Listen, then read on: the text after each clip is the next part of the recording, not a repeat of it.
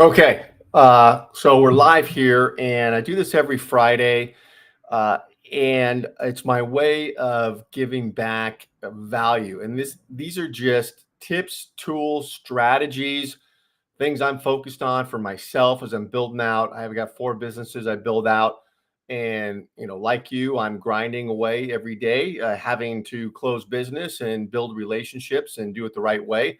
And also in my discussions with folks I'm working with, Vistage chairs, executive coaches, business owners across the country, I share insight into what we're talking about, what's working, what's not working, and so forth. And so this is a great discussion. What you're seeing here is a highlight from what I was talking about the other day with a Vistage chair I work with. Very dynamic woman doing great things.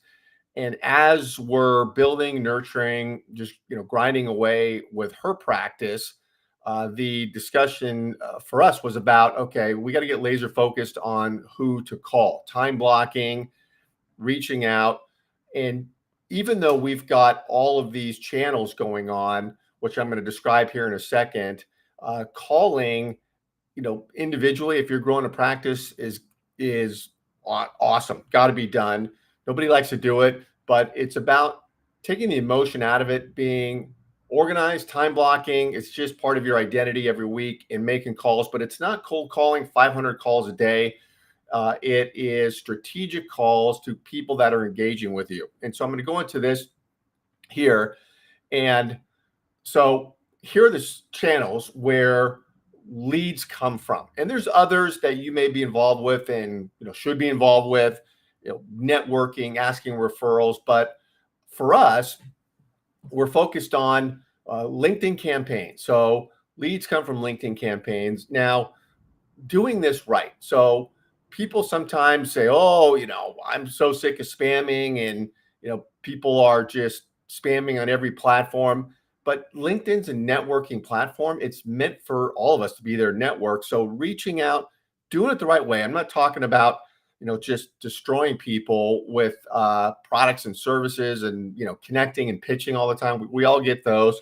That's not what I'm talking about. LinkedIn campaigns done right are about talking to people, building your network, building relationships, offering value. So campaigns, what's great about LinkedIn campaigns is done right. You can automate them, you can scale them, and still in your voice reaching out. But this is a big channel, and LinkedIn continues just to get better and better. So you have leads that come out of LinkedIn campaigns, relationships, and so forth. Then you have events.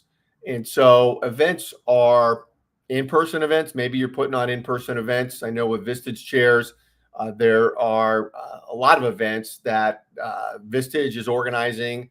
The chairs across the country are doing. Some are partnering up with others to put on events, and those are great. Lunch and learns and so forth. But there's also the virtual events.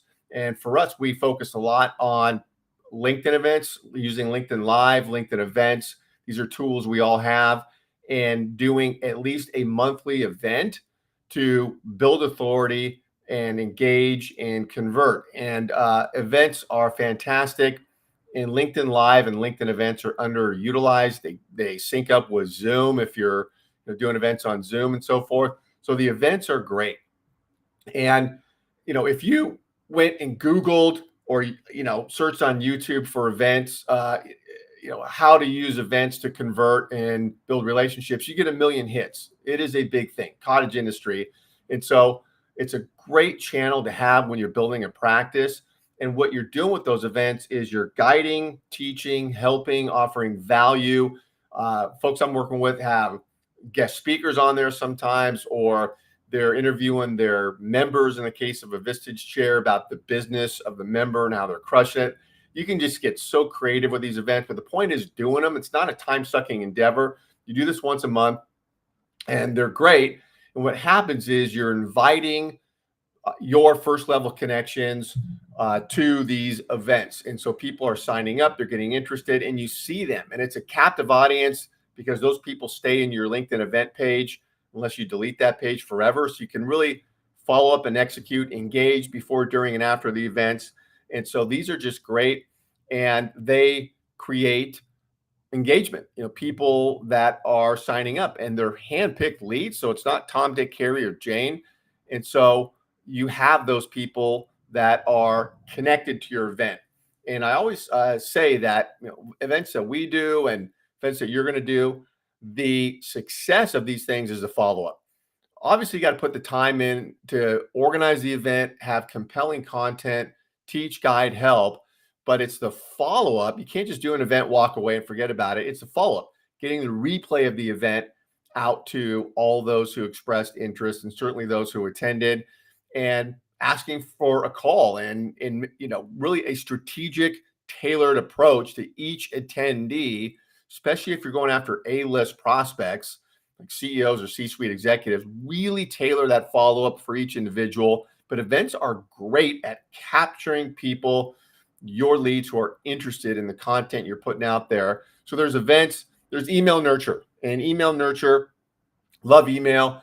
It's one of my babies that I focused on over the years, using it as a tool to, again, always guide, teach, help, nurture my constituents. And so if you have email going on, weekly is great. Every other week is great. But so we have this going with folks we're working with, and email is great because it's a tool. It's not just to do it, forget about it. It's to measure it. Who's opening, who's clicking, certainly who's replying, obviously. But email is a big deal. And again, you got to do that right, because we all get the email spams. Not what I'm talking about. This is putting content in front of your constituents, and email is great because you can push it out to them as opposed to posting and hoping people see it and, engaging. But you're able to, control that and touching them in strategic ways. And then looking at the stats. We love constant contact. So that's what we use, clients use.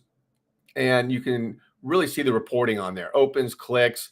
There's some great info there. So email is important. So as you're doing these three things here, amongst other things, you've got a pipeline. So you're extracting people from these. Certainly the campaigns, LinkedIn campaigns, you have your active inbox of people that are replying.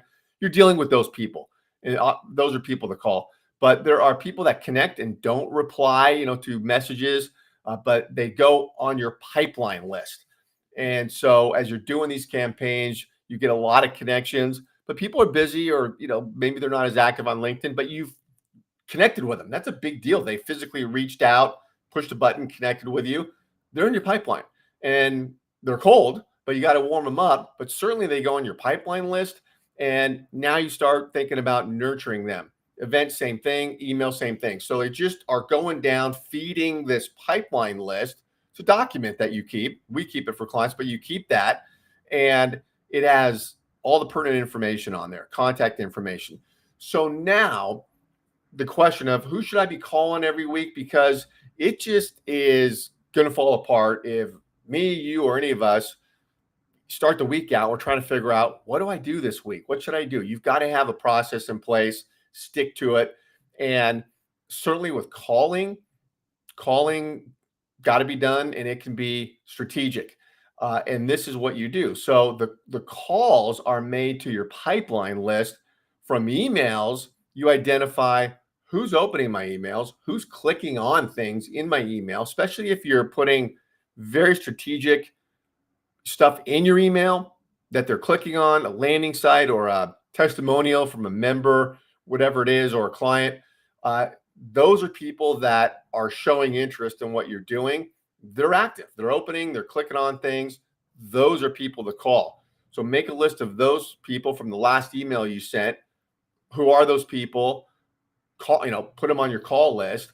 Certainly events, you do an event right after the event, get on it and make calls. And it could be a lot of people you're calling, because these events, we have a lot of success with these, pulling people in. Call them up, and then LinkedIn campaigns, those who connect but are not responding, you're not engaging with, they're in your pipeline, and those are people to be called. So you have reference points when you're calling. So you have this big pipeline, Now you're blocking off time to call. And instead of a cold call where you're banging out 500 and you're going crazy, that's not going to last for anybody. These are strategic, referring back to an engagement that they had with you. And you're going to get voicemail most of the time. It's just a fact of life. Less than 1% of calls that you make to prospects actually get answered. That's just the way it is. But that's not a bad thing, because when you're calling, you are leaving voicemails, referring back to the engagement, saying what you want to say, always trying to convert.